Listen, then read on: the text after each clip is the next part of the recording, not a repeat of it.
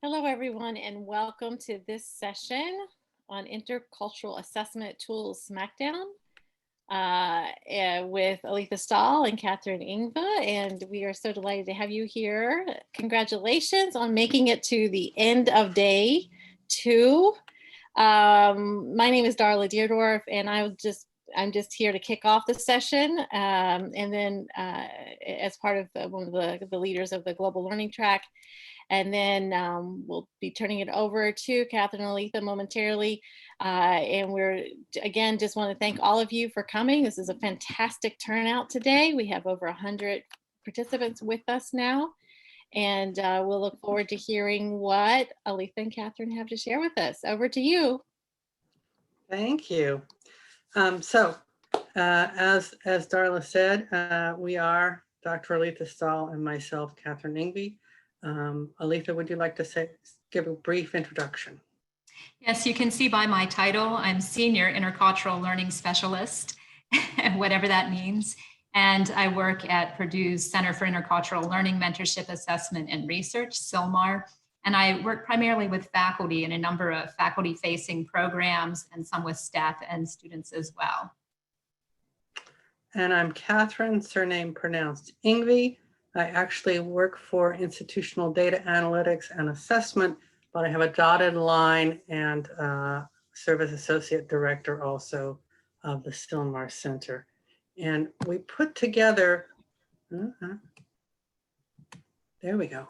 We put together this presentation. We've been offering it off and on at various points because we kind of wanted to make gentle fun of the way people think about assessment instruments, and they tend to be sort of lightsabers drawn about this is the positive best instrument for me to use in intercultural assessment. So, although there are many assessment instruments to choose from, in our half hour, Aletha and I are going to try to run you quickly through 13 of them. we ask that you hold questions till the end and give us time to complete them. Aletha, would you like to talk a little bit about why we chose these instruments? So in many ways, these are our favorites, ones that we like sharing. For me, I'm relatively new to the kind of work we're doing, and these are assessments that I have found easy to learn and ones that I very much like using. For myself, they're just, I sort of have a broader view. I'm expected to be the assessment guru. And so I like to use my time to point out things you might not have thought about as an assessment instrument. So we're going to take this list down for the moment. And Aletha, I invite you to tell us about the first instrument on your list. So our first 3 instruments come from a focus on communication, and I'd like to talk to you about the effective listening inventory. This is an assessment that helps people identify 4 different ways that they receive verbal information, their listening styles. And you can use an electronic or a paper copy. And I have to give Catherine credit. She adapted this from several other sources.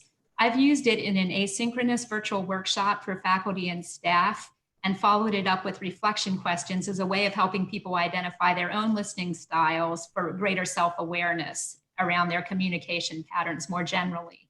It's really quick, 10 minutes. It's also free, and you can find it in the Intercultural Learning Hub. We'll say something more about that later.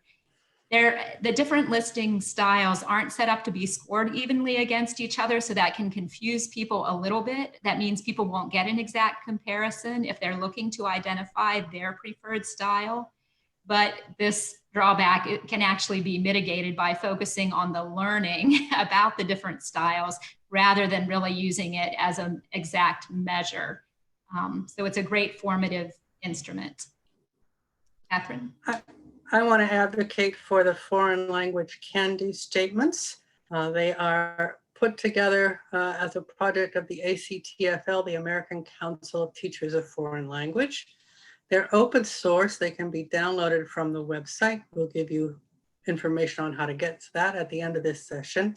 They help learners recognize abilities and set language learning goals using I can statements, such as I can identify the general topic and some basic information in spoken communication, or I can easily understand sophisticated language in works of fiction. So they're very good for formative use with language learners and setting goals to what fluency really means. A critique of these instruments is that they can be hard to align to foreign language instruction, particularly at the higher proficiency levels. They measure things that we might think of as general communication skills, the ability to interview, the ability to make inferences about what you're reading or hearing. And those are not typically included in foreign language instruction. But on the whole, I feel that they're really great formative and summative assessment tools. Letha, your turn. Yes, so the next tool is called Intercultural Communication Edge, or IC Edge. And this is a relatively new tool that I don't think is very widespread at this point. It measures personal communication styles by pulling together several other dimensions, namely message style, relationship style, time management style, and sensory style. And then these are further broken down. The results are presented in a really colorful, circular, interactive graphic. And it's really fun to get in there and go deeper and deeper, looking at the specifics. This allows you to compare your style with a few specific cultural groups, but above all, it's useful for teams because you can look at where styles are in a team in different areas, and then dig deeper, like I mentioned, into the domains and subdomains to find nuanced recommendations. And there are actually recommendations here for working with people who don't particularly share your style. So this is a great tool for enhancing self-awareness and communication within a team. It's not designed to be pre-post, but to be used in a formative setting. Its drawbacks are primarily that it's proprietary, and at this point, there isn't yet a rate for educators, and so it's fairly expensive. But I plan to use it in a virtual exchange program for Moroccan and Purdue students as a way to allow them to look for patterns, maybe that might be divided in various ways, and then discuss their communication styles. Catherine? Great. The next few tools have a sort of global or all-purpose focus. And I'm going to talk to you this minute about the Global Citizenship Inventory. This particular GCI was created by the Dutch government to look into global citizenship behaviors. So it asks questions relating to sustainability, actions, and mutual dependency. For example, I turn out the lights when I leave the room, or I talk about poverty in the world, and a number of things like that. It's a pretty unusual instrument. It's published in English in an article that will give you the reference for. It's validated for use actually down to about age 12. And so it's been validated with a large number of high schoolers as well as with adults up to, I think, 70 or 80. Some disadvantages to it. It's possibly too much of a European perspective. Depends on your point of view. Some of the questions are about the Netherlands government and practices, for example, and those would need to be changed if you are not Dutch or using it to teach about Dutch attitudes. It tends to assume that one has the social capital to donate to charity, to volunteer for or advocate for the less fortunate. So it's actually a great instrument to use if you want to bring people into discussion about their privilege, but it might also be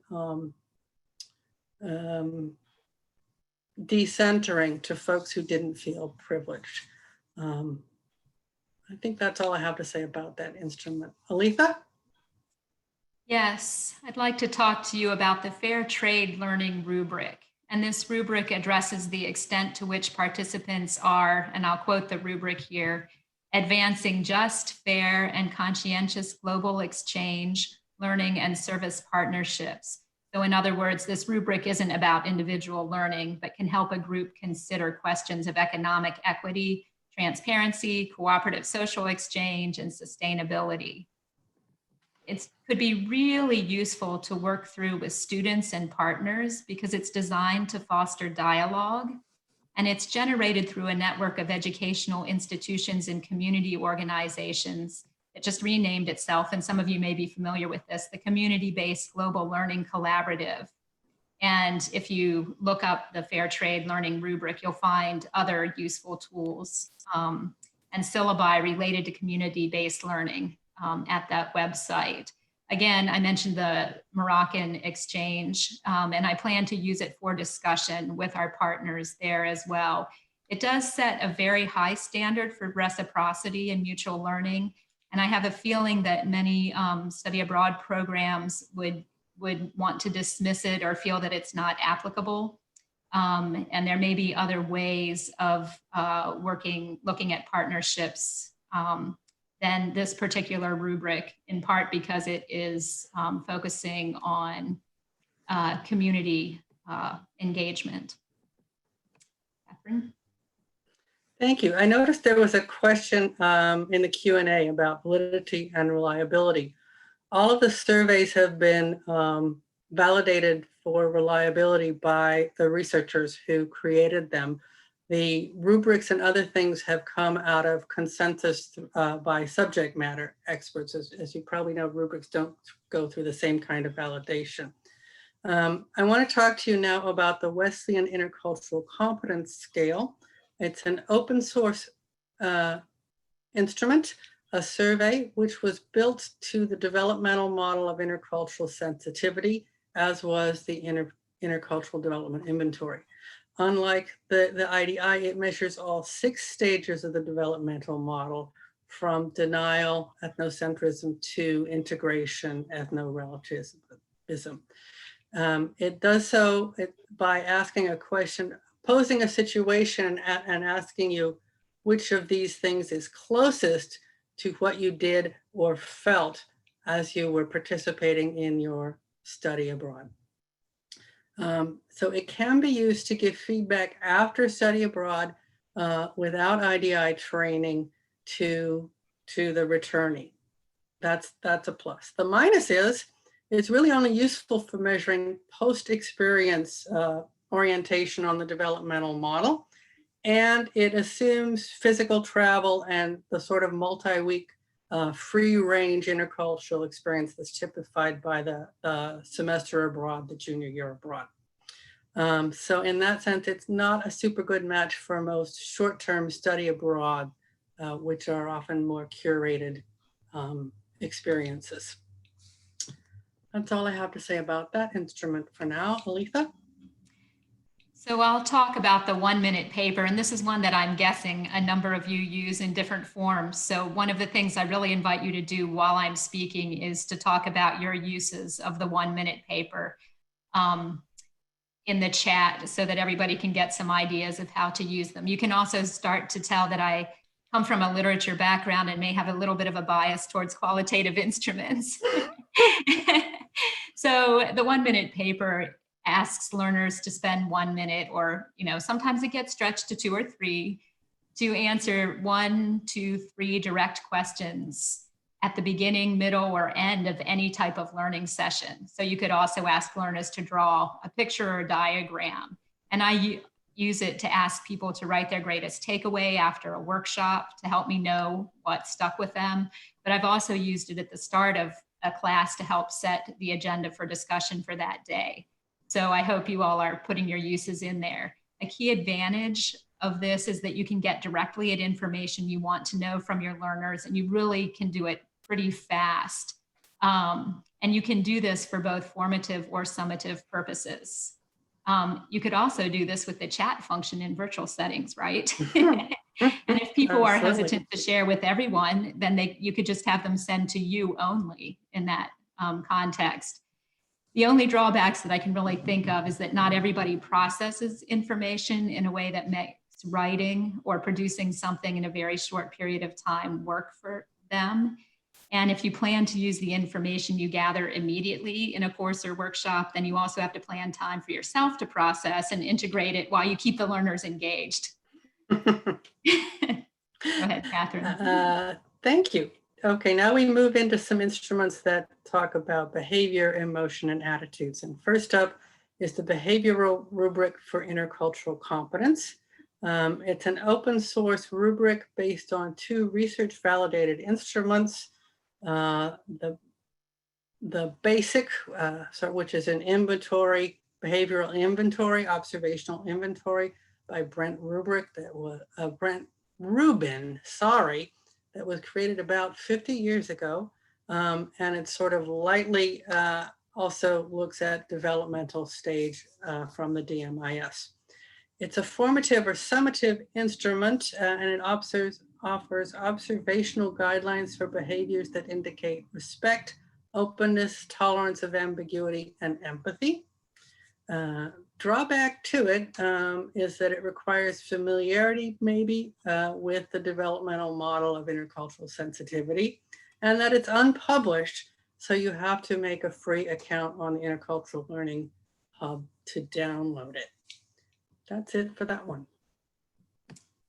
Okay, next is the Intercultural Asks 2. So asks comes from Attitude, Skills, and Knowledge survey. And this is a 14-question online survey that uses statements that align with the 6 domains of the AAC&U Intercultural Knowledge and Competence Value rubric. So cultural self-awareness, knowledge of worldview frameworks, empathy, openness, communication, and curiosity. Learners rate themselves on a Likert scale, and there are 2 to 4 questions on the survey for each of the domains from the AAC&U rubric. This is a short instrument that can be used for summative purposes with the retrospective pretest method. That is, at the end of an experience, learners rate themselves for where they thought they were at the start of the experience, and then again, where they think they are then at the end. And this is certainly more effective usually than doing a pre and post, because learners tend to overrate themselves on pre-tests, especially where socially desirable behaviors are obvious, as is the case with this one. Yes. I also like using this formatively, and in fact, I like to have learners do research and develop a plan for personal development in a domain of their choice based on their answers and their perception of where growth would serve them. The key drawback that I would note is that the socially desirable behaviors are likely to be obvious in the questions, but in fact, that can help teach learners to mimic these behaviors. So they're learning something in the process. Catherine. Next is the Scale of Ethnocultural Empathy, sometimes known as the C. It's a widely available open source instrument that even has a pretty detailed entry on Wikipedia. And it measures 4 kinds of empathy across ethnic and cultural groups, including empathetic perspective taking and acceptance of cultural differences. It's a high face validity instrument, so it is possible for them to see what's a socially desirable answer. That can be a drawback, but that makes it useful for formative development and discussion. It's very attractive. We have found it to be very attractive to health professions, professors and students. Empathy, and particularly empathy across cultural differences, of high significance to them. And that was true even before the events this summer. It can be tricky to use effectively with individuals who are in polarization about difference or denial of difference. That's its chief drawback. Aletha, you're up next.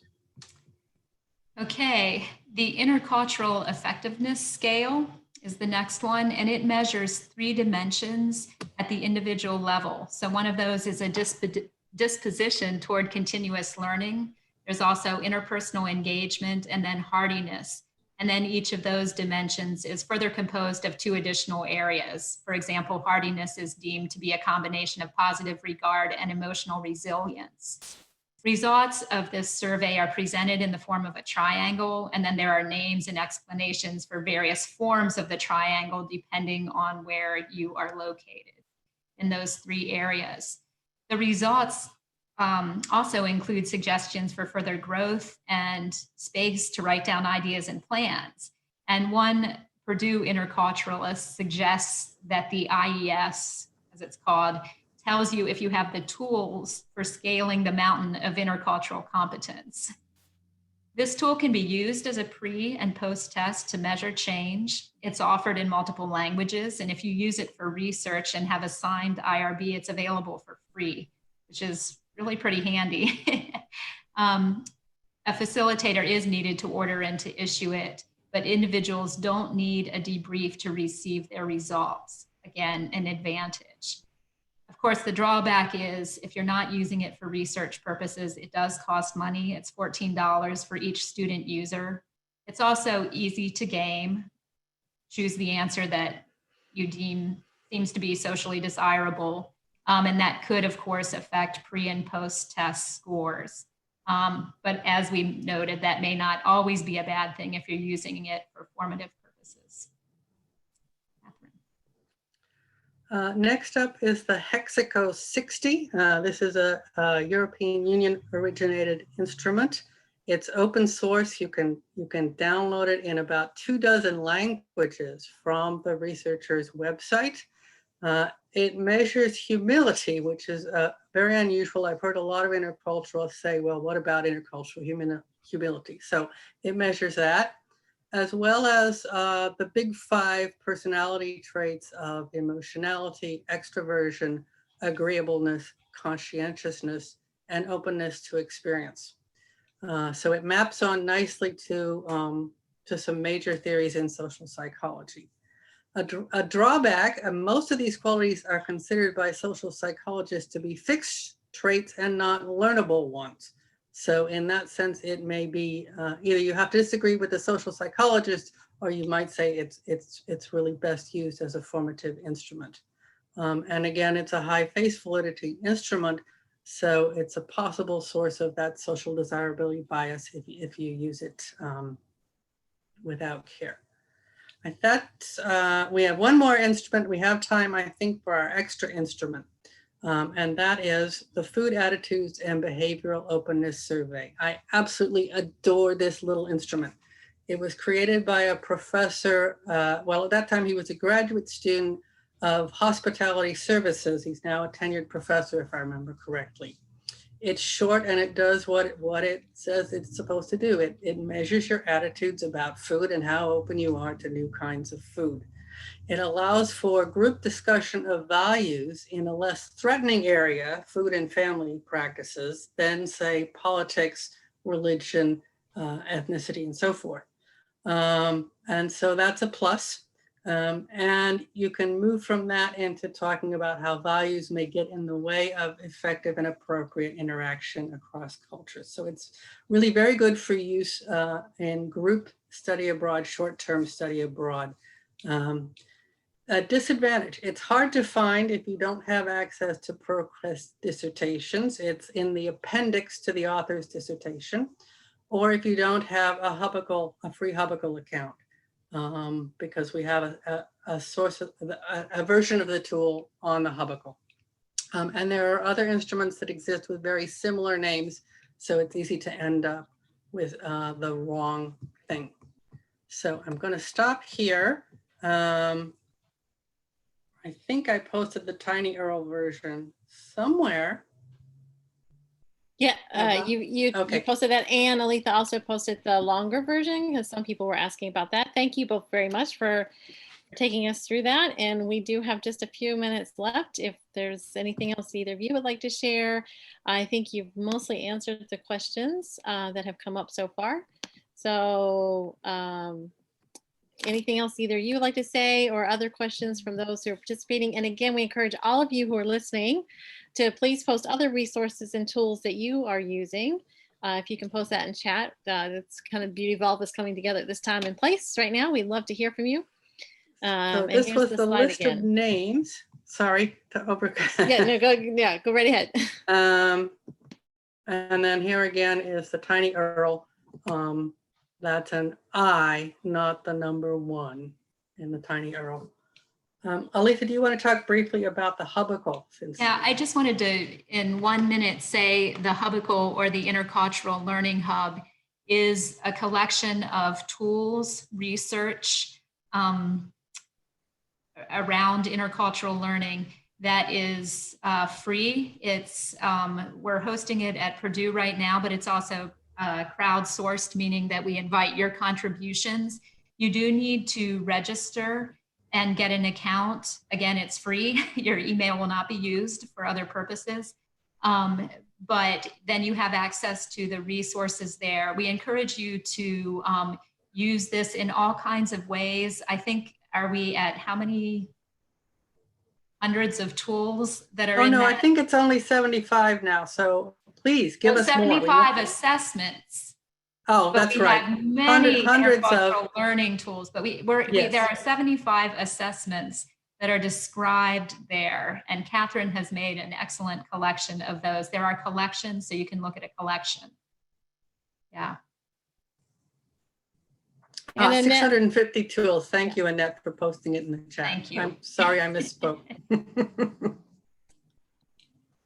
Excellent. Thanks so much to you both for sharing with us today, and many thanks to everyone who were able to take part in this session. And I think with that, we can close out, and I hope that all of you have a very nice evening or day, wherever you might be, and looking forward to more to come for tomorrow. Thanks so much to both of you and to all of you for participating. Thank you. Well done, guys. Thank you. Thanks. Bye-bye. Bye-bye.